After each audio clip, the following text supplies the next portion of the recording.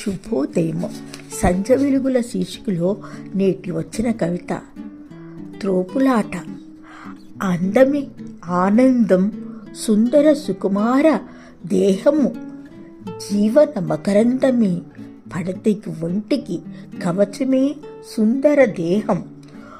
పురిటి బిడ్డ నేల మీద పడిన నాడే తరుణులు చూచేది పసికందు రంగు రూపు సౌందర్యము.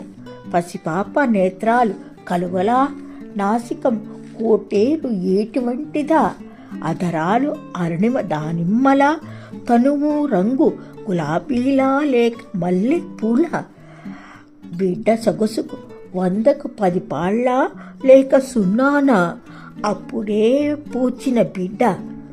ఆపై మూతి విరుపులు, నోరంతా పండి తెరిచి మిటికలు విరిచి చక్కదనాల చొక్క దిష్టి చొక్కెట్టి రంభా ఊర్వశి బిరుదాంకితులు చేసి రంభన కన్న తల్లిని పొగడ్తల అంబారిపై ఊరేగిస్తూ అభిషేకిస్తారు. రంగులు రుచుల్లో తేడా కొడితే పసికందు కన్న కడుపు కసాయివాడి చెంతకే.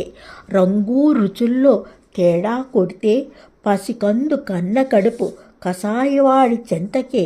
పెరిగే కొద్దీ వెంటాడేది అందమైన దేహపు కవచమే, అంబారీపై ఊరేగింపు. అందం లేని గిందం ఉన్న పడతి పెళ్లిలోనూ పెరట్లోనూ పందిట్లోనూ పీడనలే. పసికందు మొదలు ముతవ్వ వరకు అందానికి వేస్తారు 1 2. పాడె మీదికి ఎక్కి వాళ్ళ కాడికి పోతున్న ముదుసలిలోనూ అందానికి లెక్కలు ఎక్కాలు పడేను. 100కి సగపాలు అందానికి లెక్కలు పడకుంటే ఆ పసికూన, ఆ కన్యక, ఆ యవ్వని పడేను మురికి కూపంలోకి.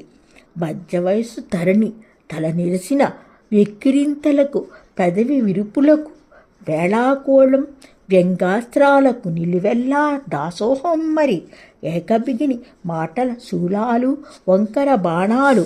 ఇదెక్కడి న్యాయము? ఇదేమి సమాజం? ఇదేనా మానవత్వపు మర్యాదలు, మంగళప్రద సంభాషణలు? మనసును చంపేసి సజీవంగా సిలువలు వేస్తే 7 కట్ల సవారీపై కూడా వెక్కిరిస్తూనే కదులుతుంది. ఉన్న అందమే అన్నిటికీ మూలం. నిజం కాదా మరి?